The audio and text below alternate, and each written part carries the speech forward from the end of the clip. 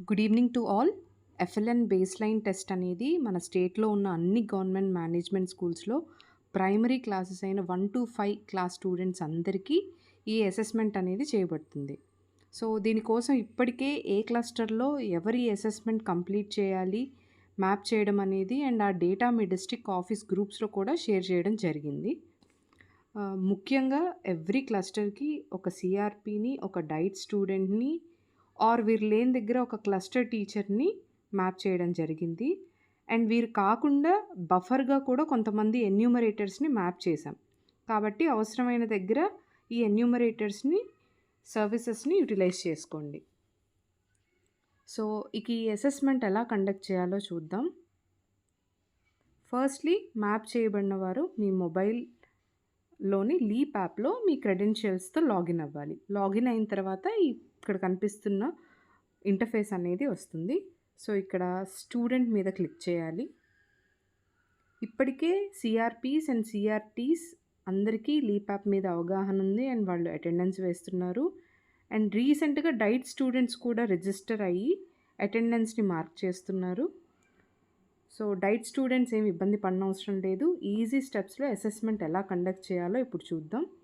So, మొదటగా student bucket మీద click చేసిన తర్వాత యాక్షన్స్ మీద క్లిక్ చేసి స్టూడెంట్ అసెస్మెంట్ మీద క్లిక్ చేయాలి. అండ్ ఆ తర్వాత జీఎఫ్ఎల్ఎన్ అసెస్మెంట్ అనేది ఉంటుంది. దాని మీద క్లిక్ చేయాలి. సో, ఇక్కడ please ensure that proper signal strength and మొబైల్‌లో డేటా అనేది అవైలబుల్‌గా ఉండాలి అని. సో, ఇలా స్టార్ట్ న్యూ అసెస్మెంట్ అని వస్తుంది. సో, మొదటగా మీకు మ్యాప్ చేయబడిన స్కూల్స్ అన్నీ కూడా ఇలా కనిపిస్తాయి. అండ్ వాటిలో ఒక స్కూల్‌ని సెలెక్ట్ చేసుకుందాం. సెలెక్ట్ చేసుకున్న తర్వాత ఏ క్లాస్‌లో ఏ స్టూడెంట్‌కి మ్యాప్ అసెస్మెంట్ కండక్ట్ చేస్తున్నారో కూడా చూడండి. సో, క్లాస్ 3A తీసుకుందాం. ఏ స్టూడెంట్‌కో చూడండి. సో, చిట్టిపోతుల లోకేష్ అనే స్టూడెంట్‌ని సెలెక్ట్ చేసుకుందాం.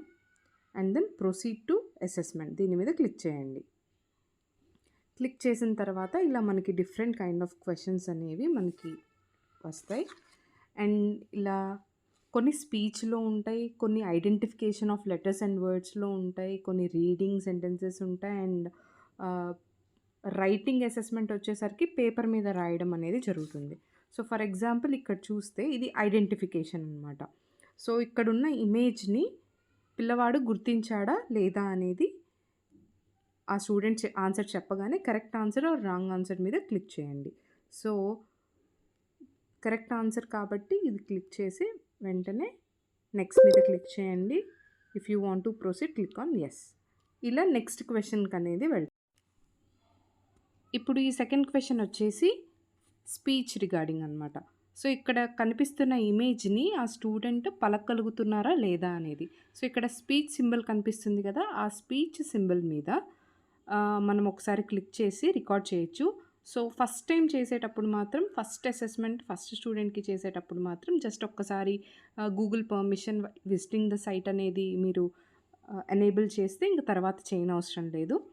సో, ఇట్లా దీని మీద క్లిక్ చేయాలి. క్లిక్ పలక అనేది ఆ స్టూడెంట్‌తో ప్రొనౌన్స్ చేయించి అక్కడ కనిపిస్తున్న పదాన్ని అండ్ డీటెయిల్స్ చేసిన తర్వాత ఇక్కడ యూ సెడ్ పలక యాక్యురసీ 100% అనేది వస్తుంది. తప్పు చెప్తే అక్కడ వాళ్ళు ఎలా పలుకుతారో అలా అనేది ఇక్కడ కనిపిస్తుంది.